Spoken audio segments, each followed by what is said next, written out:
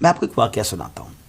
زیب خان نامی ایک شخص ہے، غریب بھی ہے، اور اچانک اس کے گھر میں ایک پرابلم یہ ہو جاتی ہے کہ اس کے والد صاحب بیمار ہو جاتے ہیں۔ ڈاکٹرز کے پاس جاتے ہیں تو ڈاکٹر کہتے ہیں آپریشن کروانا ہوگا، اور آپریشن کے لیے ہزاروں روپوں کی ضرورت ہے۔ غریب آدمی تھا، پیسے کچھ بھی نہیں تھے ہاتھ میں، پریشانی میں تھا کہ میں کسی سے جا کر قرض مانگوں، مگر اچانک انٹرنیٹ پر اس کی نظر ایک ایسی اپلیکیشن پر پڑتی ہے جو لون دیتی ہے۔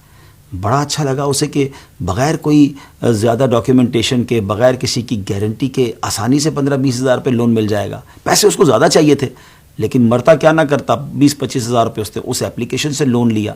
جیسے ہی لون لیا تو اس کی نظر فوراً ایک اور ایپلیکیشن پر پڑتی ہے، وہاں سے بھی 20 ہزار لون مل گیا۔ تو کرتے کرتے اس نے 4-5 ایپلیکیشن سے 1 لاکھ روپے لون لے لیا۔ والد صاحب کا آپریشن بھی کروا لیا، اور اب سمجھا کہ معاملات تو سارے سیٹل ڈاؤن ہو گئے۔ مگر جناب، معاملات حل نہیں ہوئے تھے، معاملات اور پیچیدہ ہو گئے، کیونکہ یہ جو لون ایپلیکیشنز ہیں، ان کا جو انداز ہے لگتا بڑا آسان ہے، مگر پیچھے ایک سود کا جال ہوتا ہے جس میں انسان پھنس کر رہ جاتا ہے۔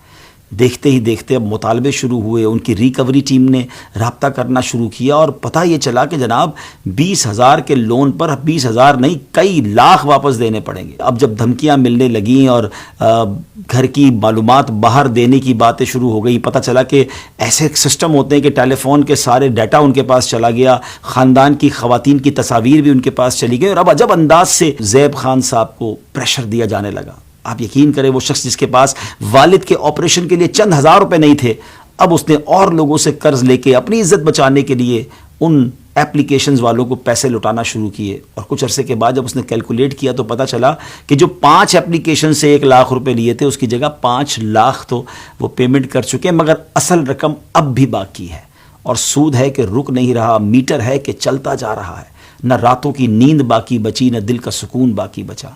زیب خان اتنا پریشان ہو گیا کہ ایک وقت آیا کہ اس نے خودکشی کر لی۔ پیسے بھی بہت سارے چلے گئے، اور بندہ بھی دنیا سے چلا گیا۔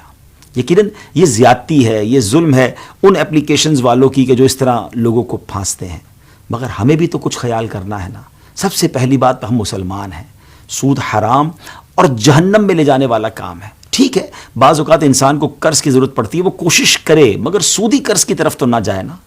اور پہلے کوشش یہ کرنی چاہیے کہ محنت مزدوری کر کے، اور بعض اوقات تو کچھ لوگ سستی، کاہلی اور کام نہ کرنے کی وجہ سے بھی کئی مشکلوں کا شکار ہوتے ہیں۔ اگر بندہ خوددار ہو، کام میں، مزدوری میں، اور کوشش کرتا رہے تو اللہ پاک راستے آسان کر دیتا ہے۔ لیکن بہرحال کبھی بھی سودی قرضے کی طرف نہیں جانا چاہیے۔ احادیث میں مضمون ملتا ہے کہ سود کا کام کرنے والا ایسا ہے کہ وہ اللہ سے جنگ کرنے والا ہے۔ بتائیے نا، رب سے جنگ کر کے کوئی جیت سکتا ہے؟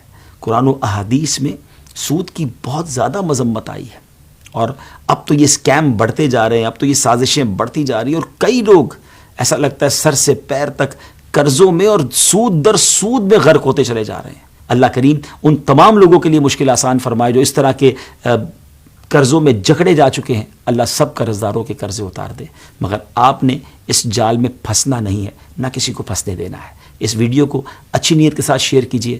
اللہ کریم ہم سب کی حفاظت فرمائے۔